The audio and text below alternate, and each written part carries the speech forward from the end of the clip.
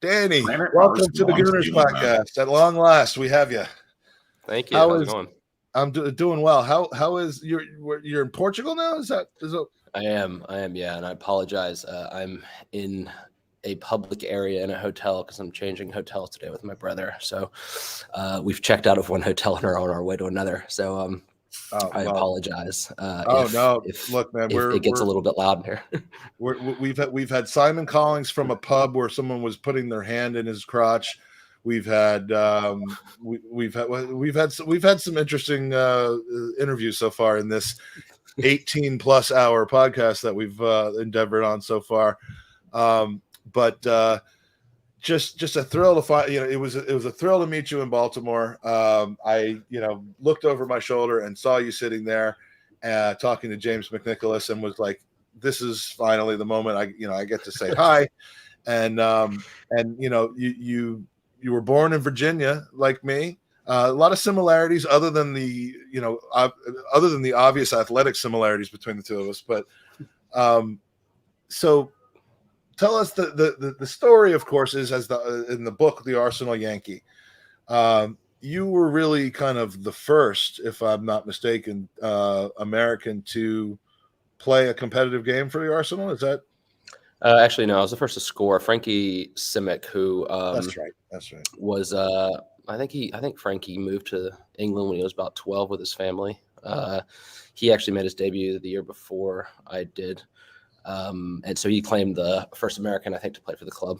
And then a year later, I scored and became the first to score. So there's still, I don't think there's many of us that have played anyway. Still, there's only 3 or 4 of us. So we'll spend some time, obviously, talking about the goal in the League Cup. But I mean, born in Virginia. Now you have some connection. I know you were born in Roanoke, but I recall over the years seeing some connection to you in Alexandria, Northern Virginia, which is the part of Virginia I live in. Or have I just completely made that up?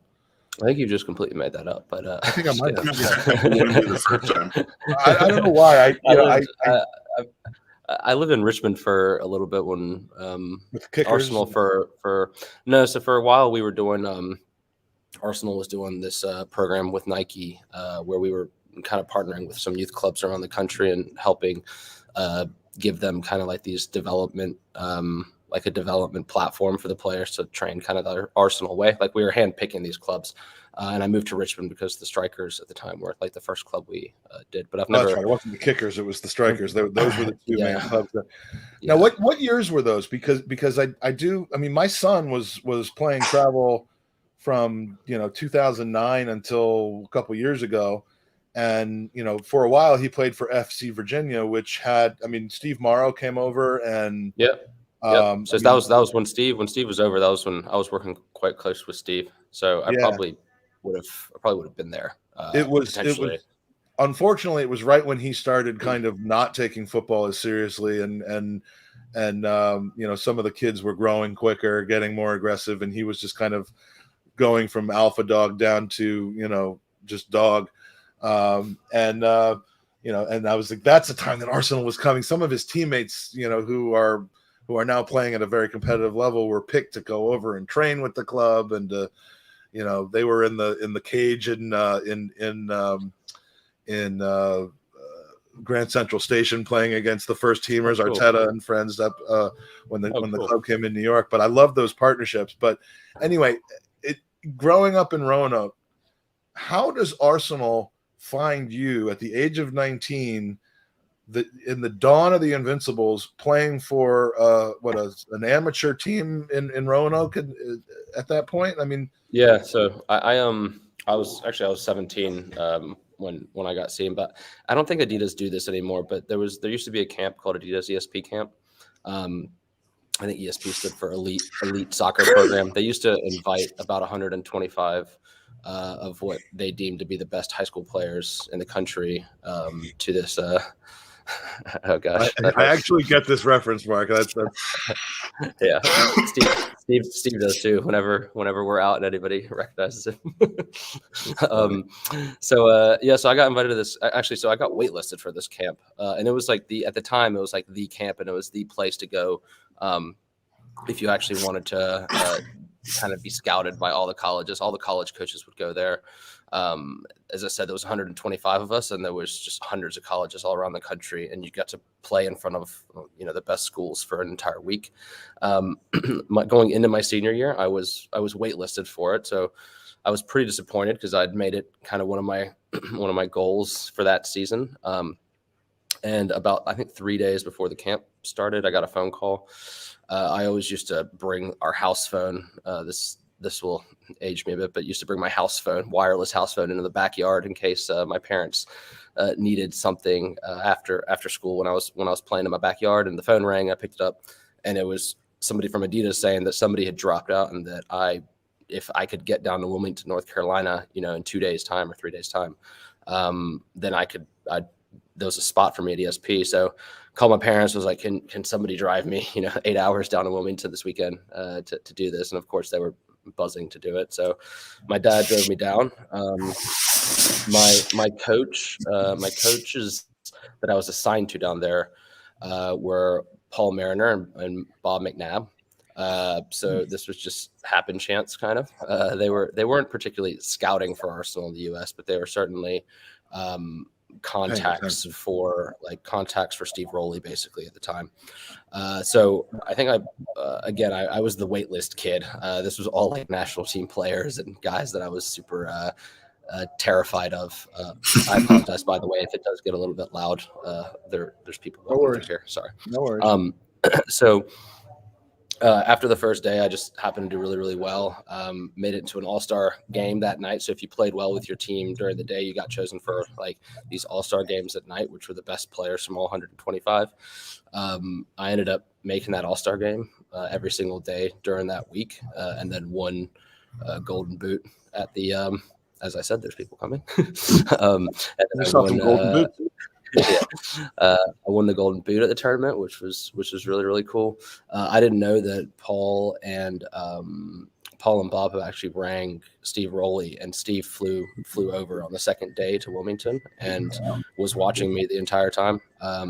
Again, from a scouting perspective, like it's pretty neat. I had no idea he was there or anything. And then when I got back to Roanoke after the camp ended, Steve called me like 2 days later, and my parents answered the phone and said, "Danny, there's an English guy on the phone." And I said hello, and he was like, "Hey, Danny, this is Steve Rowley from Arsenal. I don't know if you've ever heard of us, but we're a pretty big team in the English Premier League." So they invited me on trial, so I went over there for. I ended up going like a week later or 2 weeks later. I think they let me have like a little bit of a break because that week was crazy.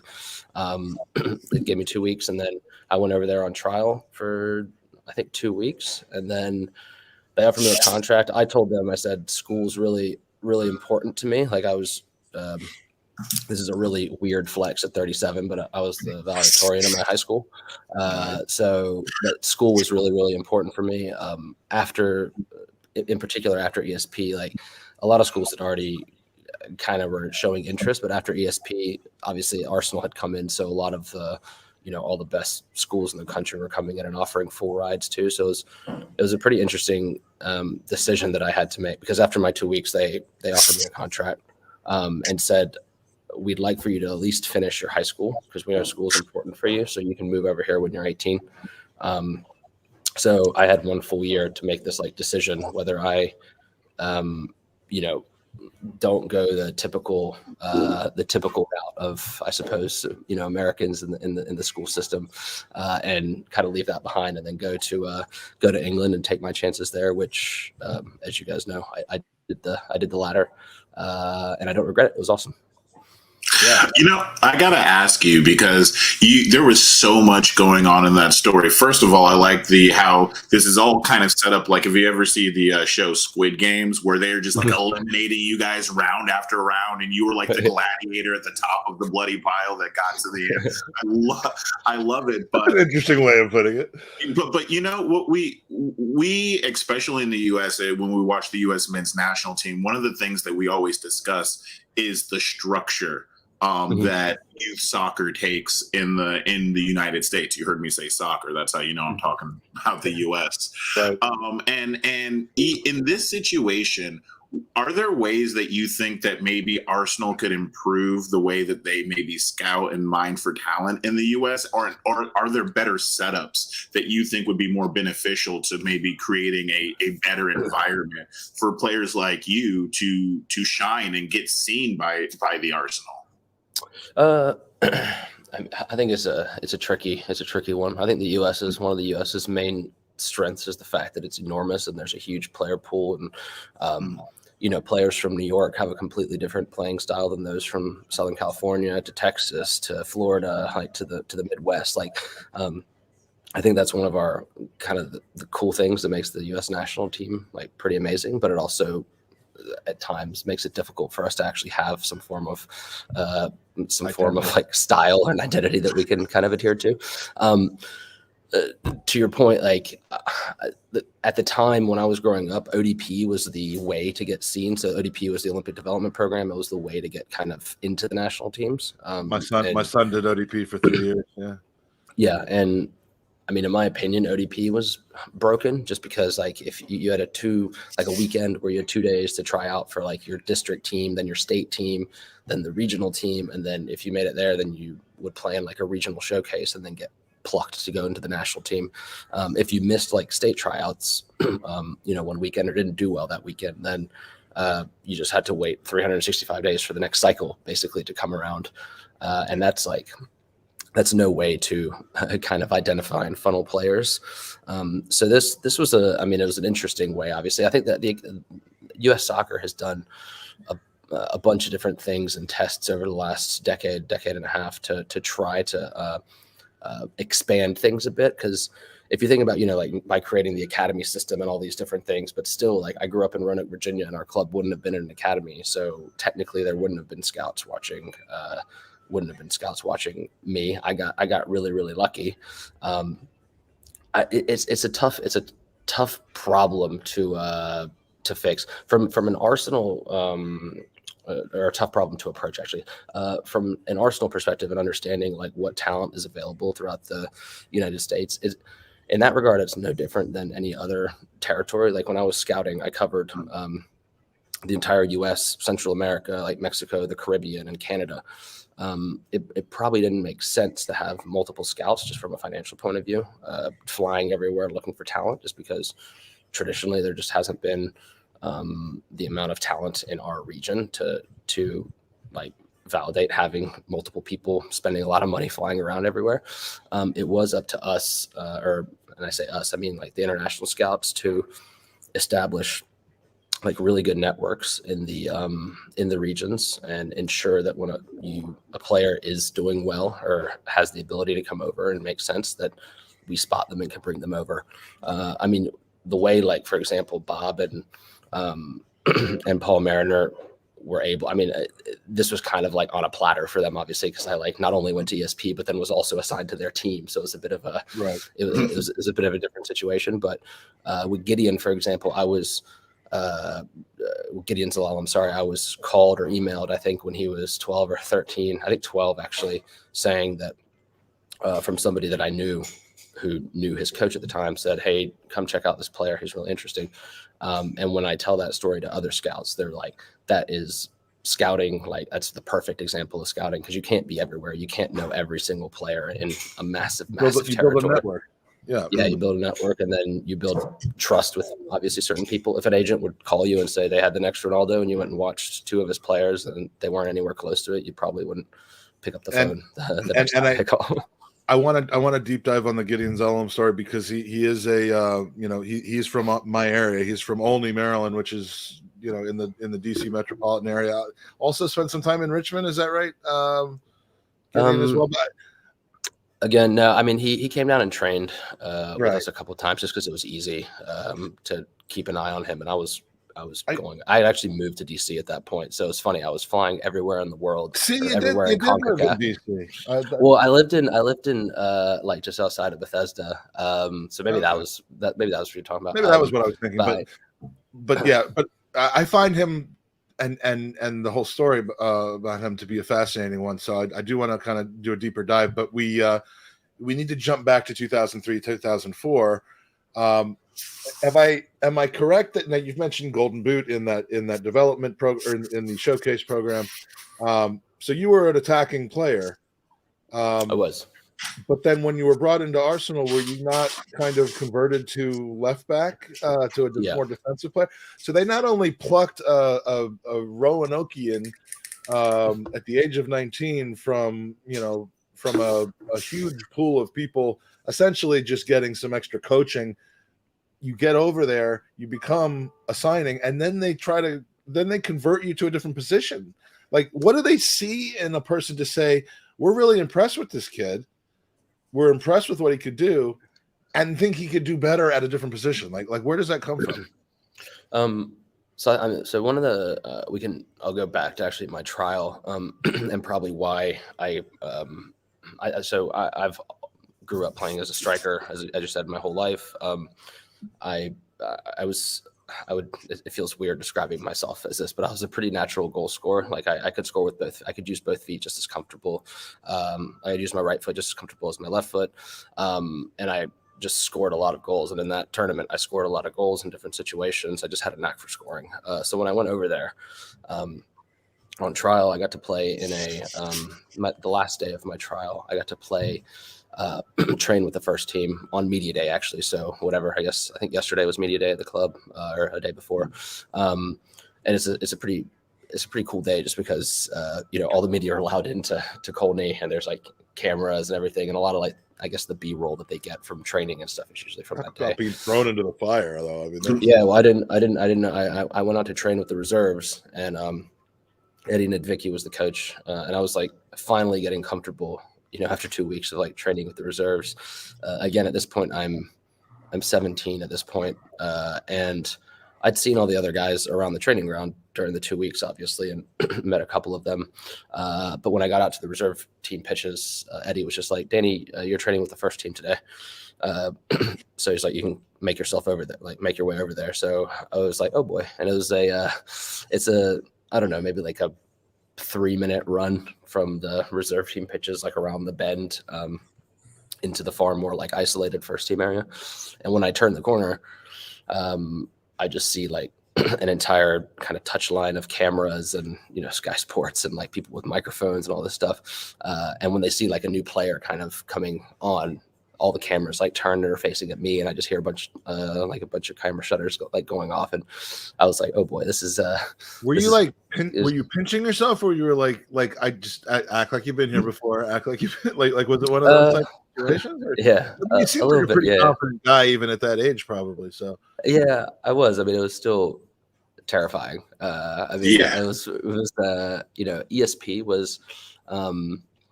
was like the highest level that I'd ever played in. Excuse me. ESP was like the highest level I'd ever played in. And then, 2 weeks later, I'm playing in Arsenal's reserves, which was the highest player I'd ever played in. And probably the jump from ESP to the reserves was, I don't know, let's say a 1.5x. And then from the reserves to the first team was like a 10x, right?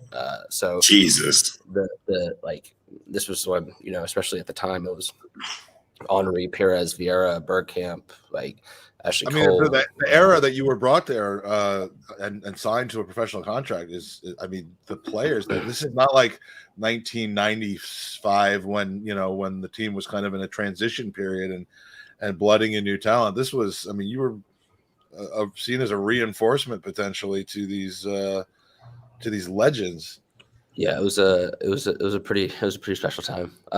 But so during that session, I got to, in the small, or not the small sided game, but like the game that we played at the end, I got to play with Henri up front, which was again pretty amazing, especially for me at the time.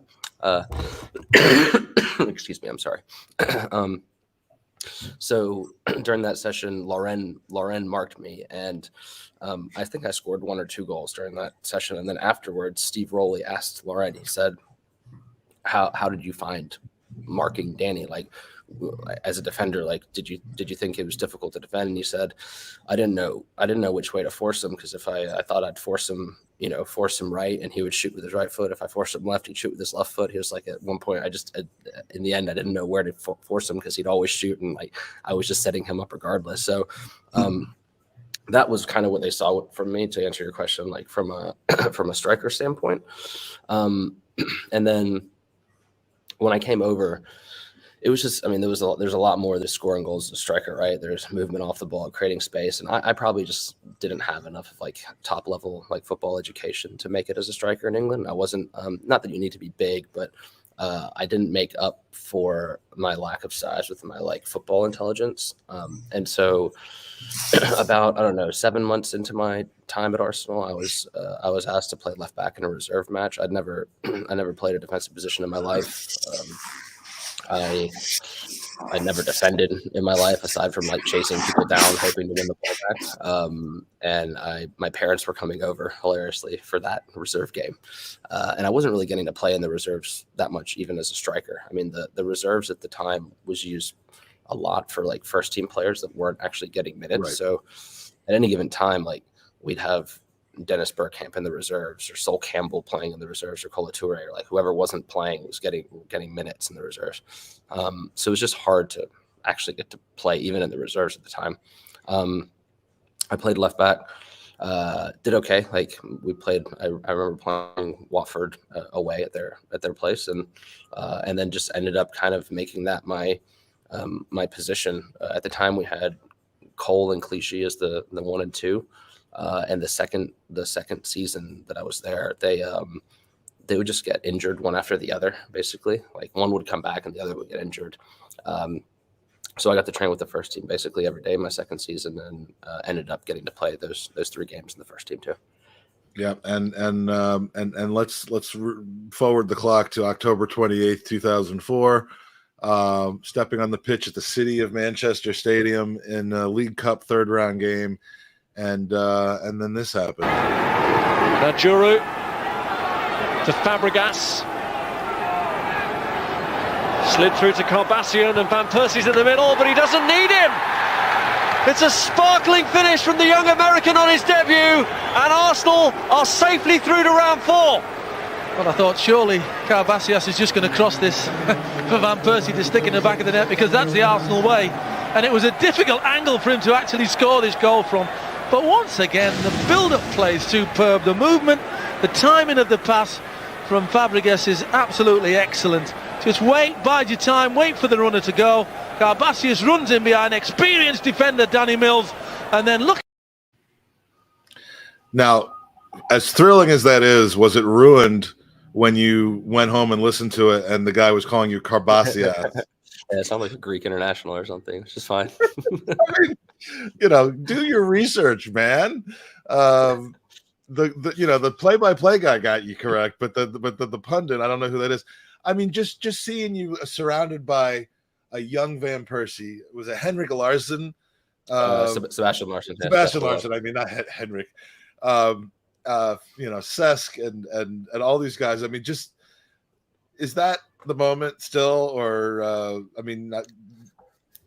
yeah, I mean, it was. You still go back to that, like, I still can't believe that happened, or did you feel, I mean, that was the beginning of something? And obviously, we know about injuries, but I mean, I'd like to, as you alluded to, to get there, you have to be quite confident, and I would never say I can't believe that happened, because I was dreaming, obviously, of getting there, and it kind of funny. I mean, all the parts kind of all the pieces fell into place finally, and that night obviously happened. As you can tell, though, I was a left back at that point, and I got an opportunity to shoot, and he even said, like, it was a bit of a tight angle, but I mean, for me, I was just like, this is what I did for 10 years back home in the US every time I got into a position like this. And I joked that, like, technically, what he said, like, the Arsenal way is I probably should have just squared the ball to Van Persie. It was wide open in the middle, but he'd already scored. It was his debut as well, actually, I think, or his first goal, I think, that he scored.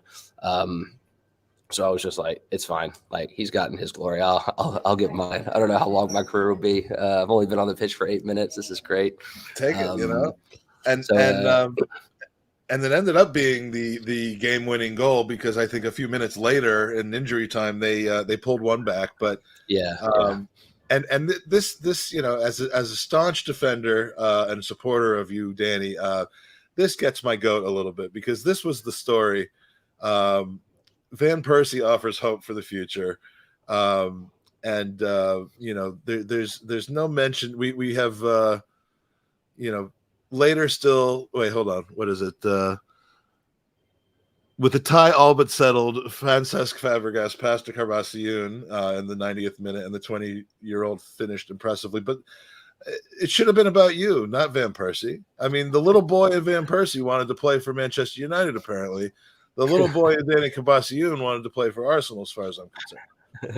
Yeah, I don't know. I mean, Robin was an excellent player, and I think I think from the like the narrative of us having signed him, I think that season actually he signed that season, and what the manager was going to do with him and develop him. I think he was obviously like a way bigger story than a kid that came from the Red Oak Star. So. Did he complain that you should have squared the ball? Who was the guy that Harry Kane should have squared the ball in the World Cup semifinal too? Yeah, I remember. It was Raheem Sterling, I think, and yes, he should have squared the ball. Did you catch anything from RVP? He looked happy for you. Yeah, I mean, I think if I had missed, it'd be a different conversation, obviously, but.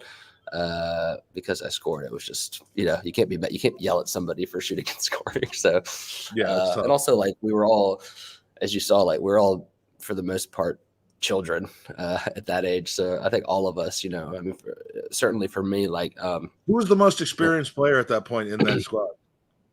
I mean, the oldest was Almunia, who was 27, and I think he was making his debut as well. I mean, the back line was Johan Giroud came on as a right winger, by the way. Like, if you see in that build-up play, like he actually plays the ball too. He's way far forward in that. But those, I mean, Philip Senderos, Justin Hoyt, Pascal Segan actually may have been probably the most experienced in that team. But Flamini played, Cesc played. I mean, Cesc must have been 16 or 17, I think, at that point, or maybe 18 at that point, maybe 17. So yeah, it was a pretty young group, and it was on the back of us having lost to Man United in the Invincible run ending. So when that ended, this was our first trip back to Manchester, why in that article that you posted, it said there was no signs of pasta or soup or pizza flying in the dressing room. It was Almunia, Hoyt, Segan, Senderos, Larson, Pennant, Cesc Fabregas, Matthew Flamini, Ryan Smith, Robin Van Persie, Arturo Lupoli, who you came in as a sub for, on the other side you had your Sylvain Distin, Danny Mills, you had Sean Wright Phillips, Robbie Fowler.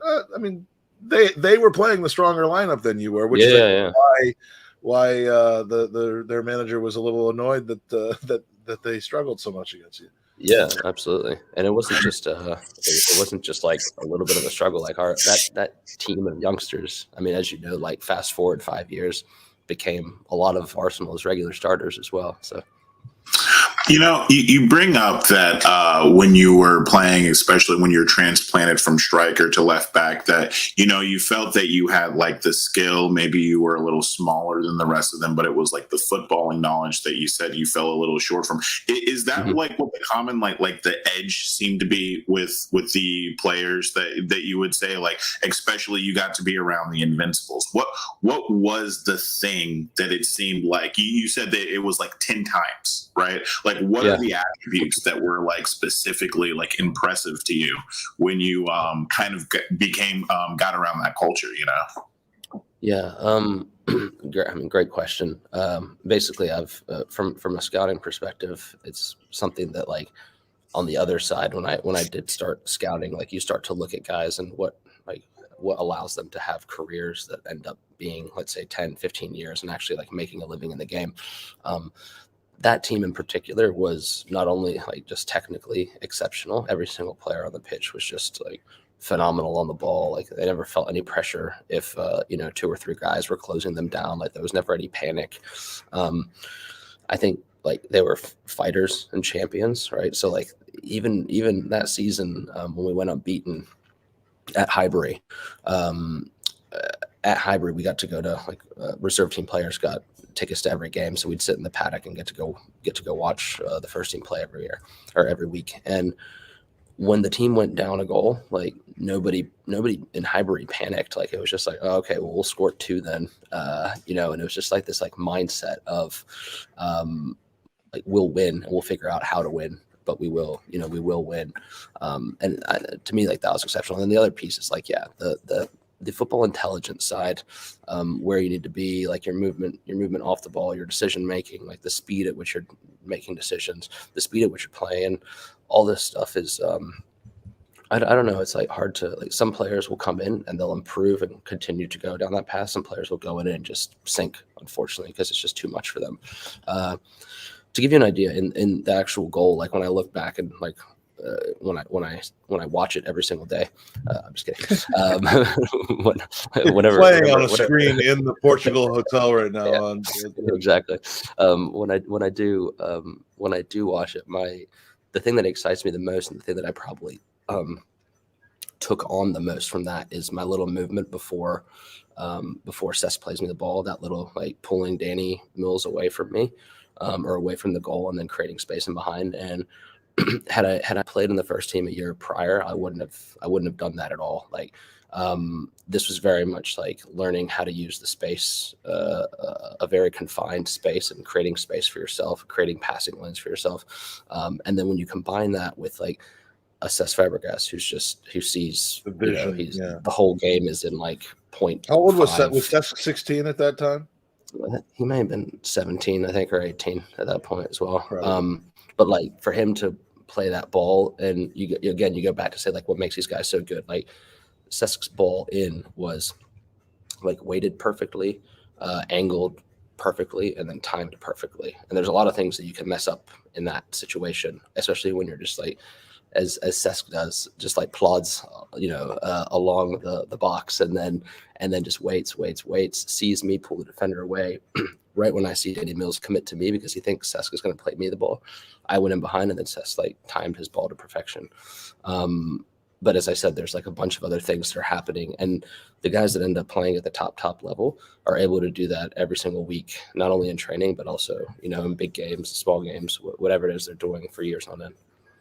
Is that the thing that you feel that when you were scouting that you were looking the most for? Like, I always say that players are an aggregate of like a series of like literally millions of behaviors, and like which ones show up the most times and the patterns we see become the styles that we kind of understand. Mm-hmm. Is that what's most important to look at when you're looking at a young player, or is it more the technique, maybe the physicality, or a combination? Like how do you weigh these things when you're looking at players? I wouldn't say there's like a formula. It's like they need to have this. Like I think when you look at them and say, like technically they have to be like really technically sound. Otherwise, they just won't make it in Arsenal's style of play. I mean, last year there were certain sequences in the midfield where you'd see some of our midfielders pass out of pressure with like 4, 5, 6 different passes in little triangles, and turn kind of a defensive moment into transition like so well. And it's just like that, like as from a scouting perspective and just somebody that's gotten to play kind of at that level, like I just look at that and say like this is like exceptional, because they never seem as if they're under pressure, but what they're doing is actually really, really like difficult under pressure. When there's 60,000 people watching, you might be down a goal, the other team is pressing hard, and they're just like casually playing the ball around in triangles and then waiting for the right moment to go the other way. I mean, physically, obviously the Premier League now is extremely physical. So most Americans don't struggle on that side. Like usually we tend to struggle on the technical side when we go over there. But with that said, there's more and more players that are showing that they can compete technically at that level. And then the other side is like mentally, like how can they cope with kind of the ups and downs of a professional career. And there's a lot for all the ups, what you see in this like video of like how great football can be. There's also a lot of like didn't make the reserve team again for like the 4th week running, and you're wondering like, am I even like, I can't even make the reserve team, like am I even good enough to be here, or like you just have a bad day at training and you're 5,000 miles away from home and it's raining and it's gray and like you don't have your close friend network near you, like all that stuff, it's hard to like understand, like actually grasp that before you bring a player on trial and whatnot. But it is really, really important. And Danny, that is what I want to transition into the Gideon Zelim story. But before we do that, our 9 a.m. Eastern, 2 p.m. UK drawing needs to take place. We are the new running total. There have been some more that have come in over the last 30 minutes or so. We are now at for this event alone, we are now at $4,580 raised for the Leukemia and Lymphoma Society since the beginning of yesterday for the Pod-A-Thon. We're trying to break the $5,000 record from last year. I think it was like 5,036 or something. Aston's not going to give up until it happens. He's going to go to everyone's house, log onto their computers, steal their credit cards, and donate if that's what it takes. But we hope it doesn't come to that. I am a shifty one. But I think we'll get there the old-fashioned way, which is the integrity way. But we do have to pick a winner for this, and we do want to pick a winner. And what we're picking a winner for is this piece of Ruth Beck art, another amazing rendition of Highbury, Block N. Highbury walking up some stairs. If you want a picture of some stairs in your some of the best stairs that have ever existed, this is for you. So we're going to pick a winner. This might take a few since again there's been a lot of Ruth Beck art winners, but we're going to share the screen now. Pick a winner of this incredible print, and the winner is, hold on, where's the drawing page? Here we go. The winner of this Ruth Beck art print, Peter Kane. I think actually that is a first-time winner, if I'm not mistaken. So let me just double check. Peter Kane, you have won the Ruth Beck art print of a stairwell. Congratulations. Get in. Dreams can come true, and Peter Kane is an example of that. As is Danny Karbassiyoon. I mean, those two are probably, two of the most fortune-kissed in the history of the Arsenal. So getting back to exactly what Mike's about to get into, the Gideon Zelim thing. Don't bogart my point. But no, best stairs ever from the artist Ruth Beck herself. So there's nothing better than having the artist comment on her own art as someone wins. So good job, Peter. Go ahead, Asa, but don't take my thunder on this. No, I just want to. I think that this story is really good. One of the things I would love to have you focus on as you're telling the story is I think that there's a lot of like not understanding like what is the day to day for a scout. You kind of hinted at it's about building the networks and having. So what is that like? Like what is your day to day look like, and how was that day when Gideon came across your desk? All right, and then I'll pick up once Gideon gets to England. Okay. Yeah, I mean, when I was scouting, specifically in CONCACAF, I used to spend maybe, I don't know, three or 4 days on the road, probably a week, maybe two flights a week to different places, looking for players. Most if not everything would have been not only my like research based. If I was going to watch a specific player from like just playing in a league game, for example, I would do a little bit of research, find a game that I wanted to go to. Maybe I'm speaking to an agent, maybe I'm speaking to a coach that I know or somebody that I know in that region that can say, yeah, you should fly here to watch this player. Go watch the player. I usually wouldn't let the player know that I was going if I didn't need to. Watch the player and then go home, write a report on him, and then submit it into our database, into the club.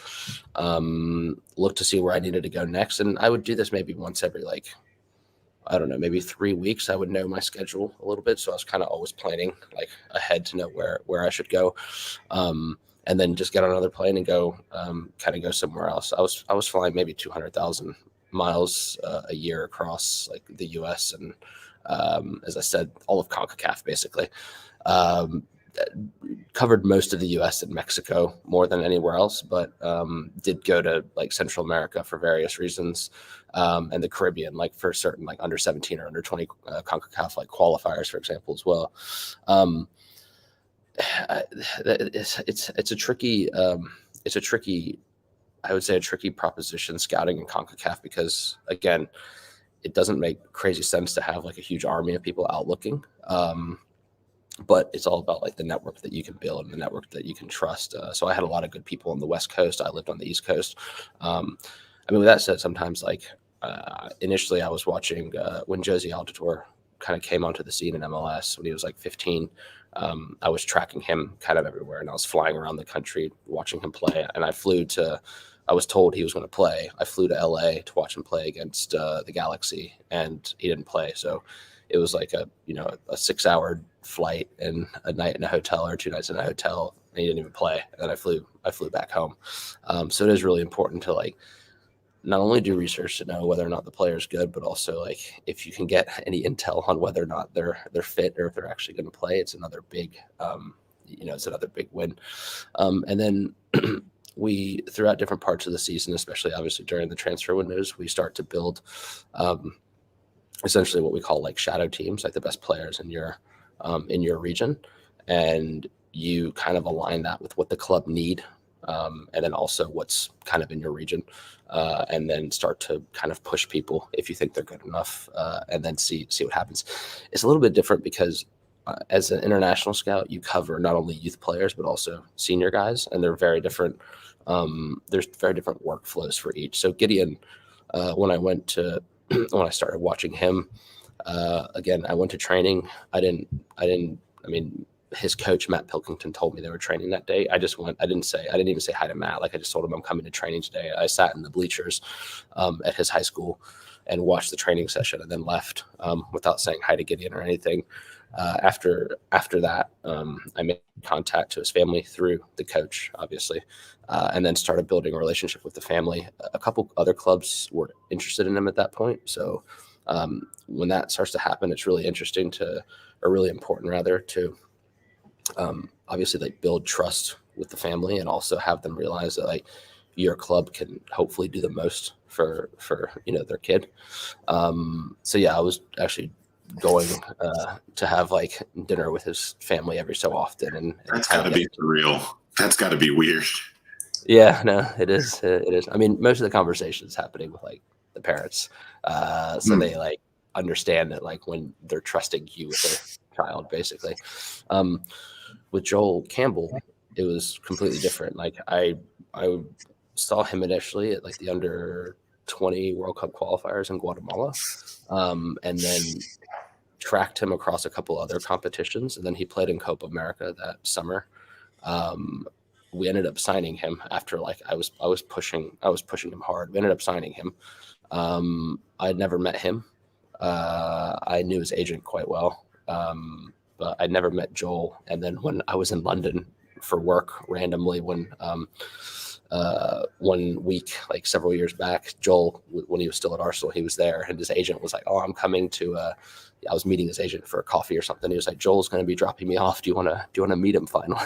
So Joel dropped him off, and he got out of the car, and he was just like, he was like in a white BMW or something, and his agent was like, "Joel, you have to thank Danny because the only reason you're driving that car is because." I was like, "That's not the case. He's a good footballer. He would have made it anyway." But yeah, so it's a very different situations. But with Joel as well, like I would have done research to see like what he was like as a person, like what his family situation is like. And this goes back to the idea of like, will he be able to adapt when he comes to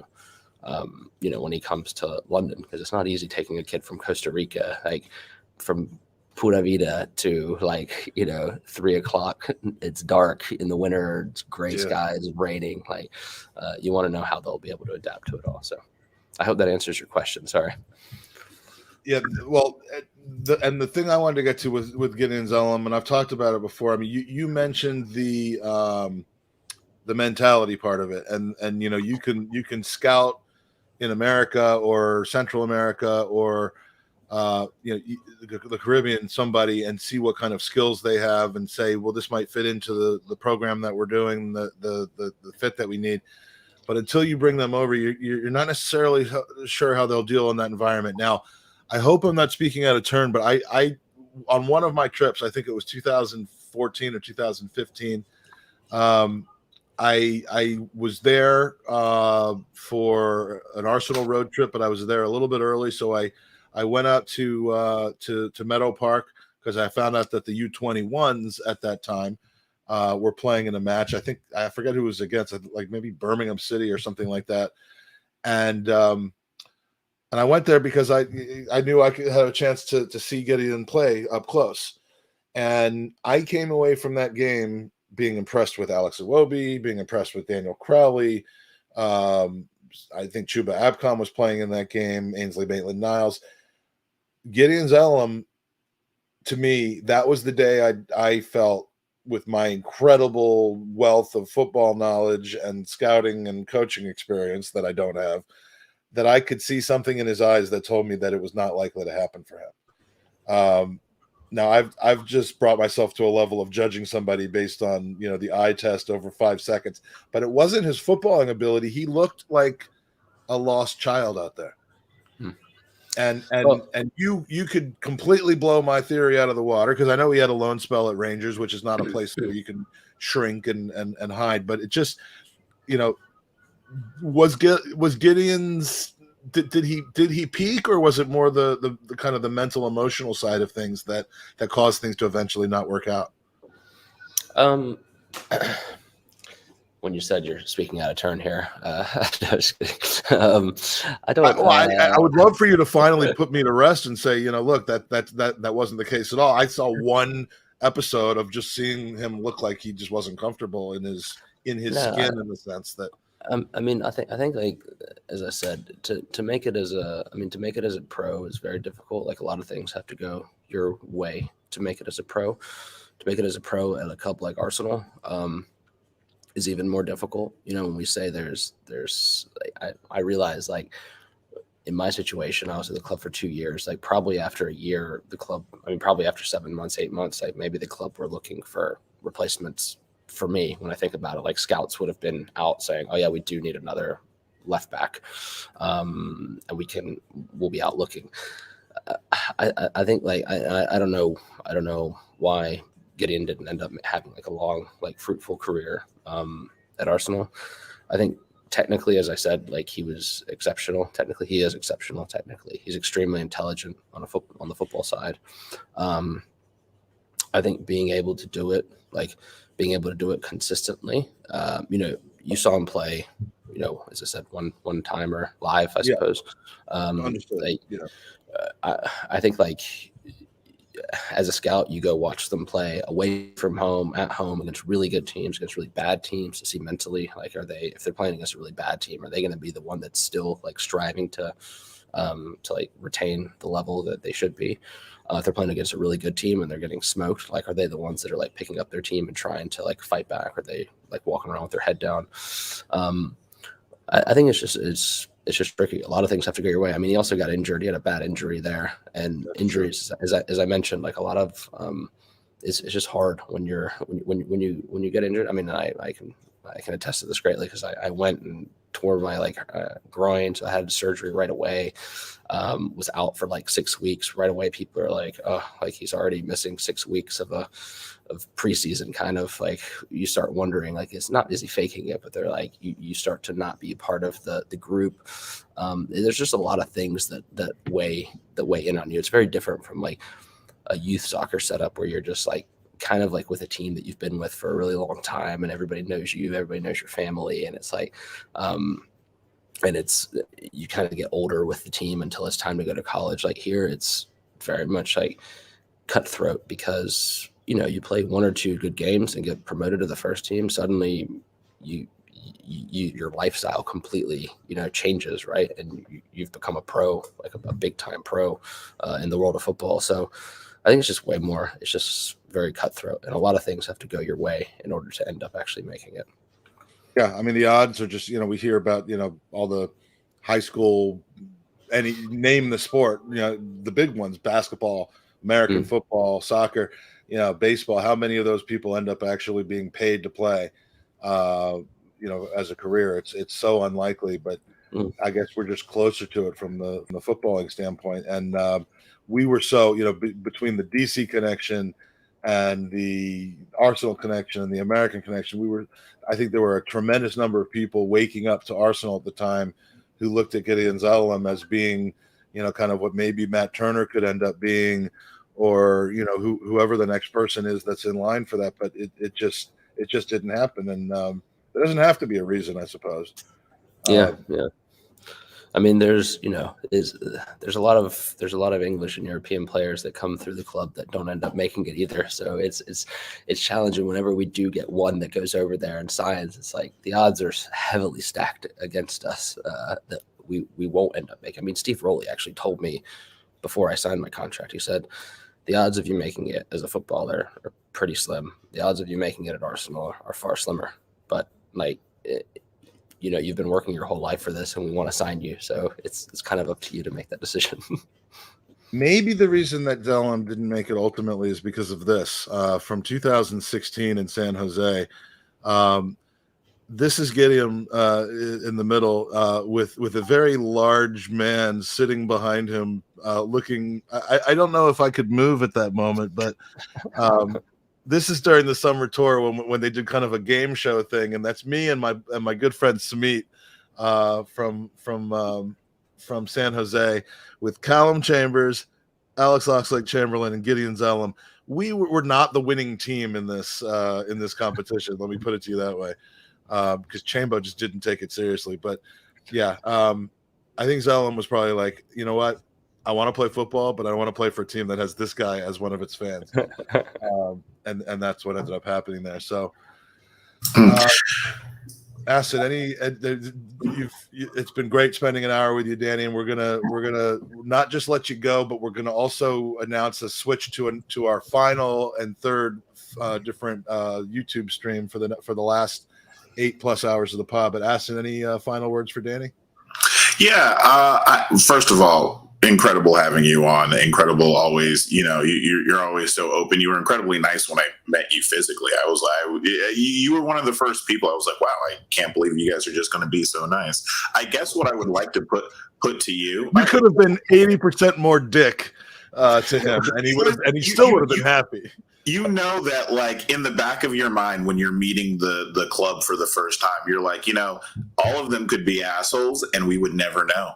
And you could get away with it, and we would still love you, and you still choose to be the way that you are. So big up for that. With your let me because we always forget to do the predictions, and right. So I want to ask you from your scouting perspective, from your scouting eye, is there any player that you're seeing out there right now in Premier League or in Europe or even in the US that particularly has your eye right now? I'm going to be extremely boring and say I'm going to pass if you don't mind. And I only say this because there's a lot of for me to be on here talking. I don't want to disrupt anything. Right. Now, some people may not know, Dan, you are employed by the club, right? Yes. Oh, that's true. My bad. Yeah. No worries. I'm comfortable enough to lean on that, just largely because I don't want to piss anybody off. I mean, I think it's easy to forget just because of how personable you are and open that you are, that that we can't just ask for an opinion because his job is opinions, and those jobs and opinions are owned by the intellectual property of Arsenal Football Club. So I will say this, Aston, real quick. I was talking at the club, on our Arsenal computers, the background picture changes based off whatever the club chooses. It's an Arsenal picture. And I was in the recruitment office, 5 days ago or something, and there you are, man, front row center in that picture. And I was talking to a couple of guys, and I was like, I met that guy in Baltimore. He's very, very nice. And I told him your whole story. It wasn't a picture of us doing fireball shots at the. That one didn't make the rotation. It was bad. Appreciate the love, man. I really you have no idea. That's the sort of thing. Phil, trust me, sent me a image immediately when they put those up. But it's one of those things where you're like, you can't believe it's happening. And like I said, the personableness that comes from all of you guys on staff that have been so incredibly nice. It warms my heart that my club is actually what I imagine it is. You know what I mean? We all dream that the people at our club represent us the way, and you do an excellent job. So hats off to you. Kudos. Much appreciate it, man. Appreciate it. I couldn't have said it better myself. And I know Andy's in the chat right now. He was, as with everything on our podcast, Andy comes up with the ideas, I execute them. He said back in the fall of 2016, let's get Danny Karbassiyoon on. We're an Arsenal podcast in America. It's the perfect combination, and 6.5 years later, I've fulfilled the promise. I'm sorry. And we hope to be able to do it again sometime in the not too distant future. Can I get your real quick though, because I swore to Amy Lawrence she's the only person I would let off the hook. I saw for this. I made a note of that, and I was like, they're going to ask me. I have to. Are you in your position allowed to give opinions on the top 4? Bottom 3 and a surprise pick, just a football pick type of thing. Can I just say that I think? Can I just say I think we'll end up in the top 4, and I don't want to say anything about the bottom 3 because I don't want to. Again, right. You know what? I shouldn't even have asked. So I'd like to believe. I'm very excited about this season, and I think the team that the staff has put together and that they continue to curate. Very exciting right now, so I'm thrilled to see what we're going to do this year. It's exciting, and if you happen to find yourself in the DC area anytime soon, please let me know. I'd love to take you out for a drink or some fireball shots, or we'll just have a bottle of Fireball and we'll do it like the Russians in the Gulag, just kind of pass it back and forth until one of us drops. If you end up in Florida, I will immediately take my car and drive you out of this state to protect you. Okay, awesome. That's my favor to you. I will get you out of here as quickly as possible. Awesome. Thank you guys. I appreciate it. Danny, it's a pleasure. Thank you so much. I appreciate your good humor and hanging out, and here's to a great season. Awesome. Thank you all so much. I'll see you all later, Kai. Okay. Take care. All right, man. Dream come true. Now we are more than 2/3 of the way through, but we're going to end this stream now after just over 9 hours. If you will please follow us to the next stop along the way, which I'm going to put up here in the chat, is going to be, let me hear, give me a second. It's been 20 hours. Hold on. www.podpart3.com. So podpart3.com will be the final stop for this incredible journey. Our guests in the final stretch include Lee Judges, Harry Simeo, Mike McDonald, Dan Potts, Clive Palmer, Alan Smith, Dave Seeger, Perry Groves, Sophie Nicolau coming back, James Johnstone, hopefully a reappearance from Ryan Rocastle, the whole TGP gang. And Aston, will you join us for another half an hour or so? Yeah, you need me to transition with you? You need a. Well, here's what's going to happen. We have an open half an hour between now and 3 p.m. So what we're going to do on the other side of the transition is we're just going to play a couple of random videos from Orlando and have a laugh about them. Owen's going to rejoin us in a little bit, but always rather have 3 homies on than 2, because what's 50% better than 2 homies? Bet. 3. So please go to podpart3.com. We've got 51 people in here right now. We hope very, very soon after we go on the air, we'll have 51. There'll be about a 4-minute break because I do have to take care of some urological issues. And man, it's been fun so far. I can't wait to finish this off, but so much ahead in the next 9.5 hours, including some incredible, or 8.5 hours, including some incredible prizes. So please join us on the other side, www.podpart3.com. Love you.